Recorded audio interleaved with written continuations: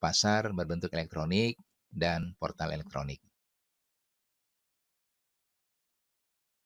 Pasar elektronik atau electronic market adalah sistem informasi yang digunakan oleh beberapa entitas organisasi yang terpisah dalam satu atau di antara beberapa tingkatan dalam rantai nilai ekonomi. Pasar ini dapat dilihat dalam analogi konsep pasar yang dapat dilihat dari perspektif makroekonomi, yaitu menggambarkan hubungan antar aktor dalam suatu sistem ekonomi, misalnya monopoli, maupun dari perspektif mikroekonomi yang menggambarkan mekanisme alokasi yang berbeda, misalnya lelang umum untuk frekuensi telepon. Pasar elektronik menunjukkan bentuk bisnis jaringan dengan banyak kemungkinan konfigurasi. Konfigurasi pertama adalah topologi pasar elektronik yang memungkinkan pasar terpusat atau terdesentralisasi. Pasar elektronik terpusat adalah hubungan yang sering memberikan layanan kepada pelaku pasarnya. Sedangkan pengaturan terdesentralisasi melibatkan hubungan berurutan dalam rantai nilai yang sering ditemukan ketika pesan elektronik dipertukarkan secara langsung antara bisnis atau pertukaran melalui electronic data interchange. Kedua, layanan yang disediakan oleh pasar elektronik dapat melayani tujuan infrastruktur atau alokasi. Di antara layanan infrastruktur adalah peruntutan atau routing, pengiriman pesan, identifikasi dan direktori mitra. Sedangkan layanan alokasi memungkinkan proses penetapan harga yang pada gilirannya mungkin penetapan bersifat statis atau dinamis. Implementasi yang cukup umum adalah katalog, pertukaran, ataupun lelang. Ketiga adalah hubungan aktor yang melibatkan atau berada dalam pasar elektronik mungkin bersifat stabil. Biasanya mengacu pada rantai pasokan klasik di mana bisnis berkolaborasi selama periode waktu yang lebih lama. Dalam kasus terakhir, mitra transaksi hanya stabil untuk satu transaksi. Ini biasanya ditemukan dalam lelang atau pengaturan pertukaran lainnya. Pasar elektronik dikaitkan dengan dampak penting pada efisiensi bisnis.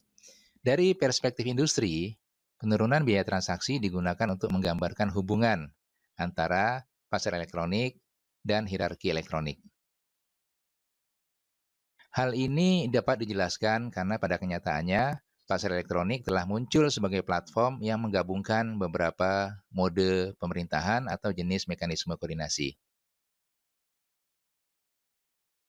Pasar serbaguna ini menghubungkan kemungkinan penawaran yang kompetitif untuk mendapatkan harga dengan keuntungan dari hubungan yang dapat diprediksi, guna mendorong peningkatan hubungan atau masalah yang tidak dapat dikontrak, serta fungsionalitas untuk kolaborasi yang lebih erat.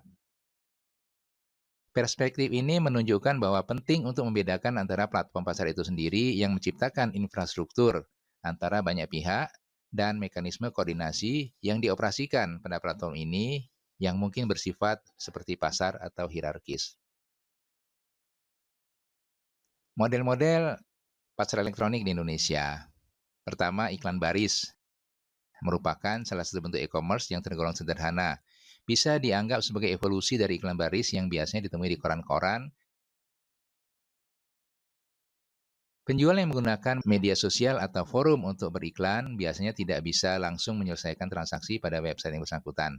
Namun, penjual dan pembeli harus berkomunikasi secara langsung untuk bertransaksi. Contohnya adalah olx.co.id dan juga forum jual beli pada situs Kaskus misalnya. Model kedua adalah retail, merupakan jenis e-commerce yang di mana semua proses jual beli dilakukan melalui sistem yang sudah diterapkan oleh situs retail yang bersangkutan. Oleh karena itu, kegiatan jual beli di retail relatif aman. Tetapi biasanya pilihan produk yang tersedia tidak terlalu banyak atau hanya fokus ke 1-2 kategori produk tertentu.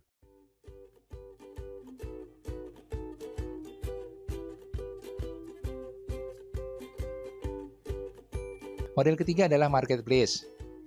Bisa dianggap sebagai penyedia jasa mall online.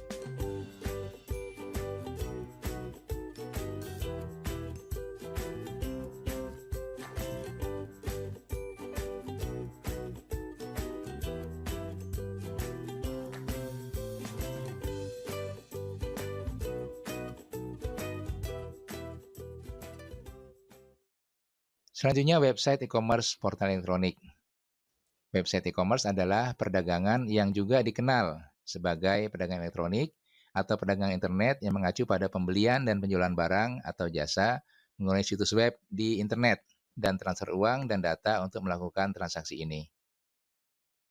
E-commerce sering digunakan untuk merujuk pada penjualan produk fisik secara online, tapi juga dapat menggambarkan segala jenis transaksi komersial yang difasilitasi melalui internet.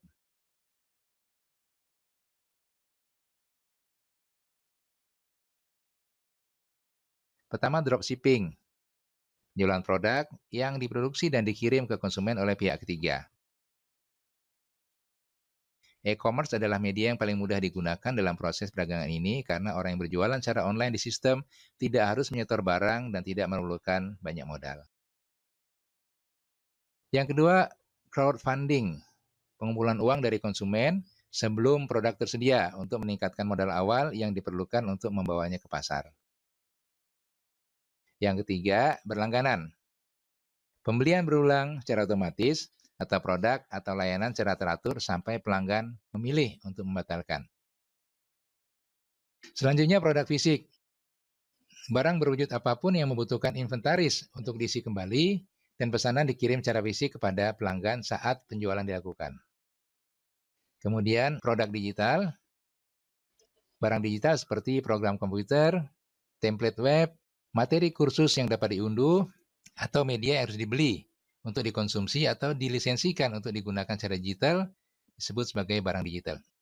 Oleh karena barang ini lebih cocok dipasarkan secara online dengan menggunakan website e-commerce. Terakhir adalah layanan. Layanan e-commerce adalah keterampilan atau serangkaian keterampilan yang diberikan sebagai ganti kompensasi. Dalam hal ini, waktu untuk menyediakan suatu layanan dapat dibeli dengan biaya. Demikian materi keempat dari pertemuan kelima. Semoga bermanfaat. Terima kasih.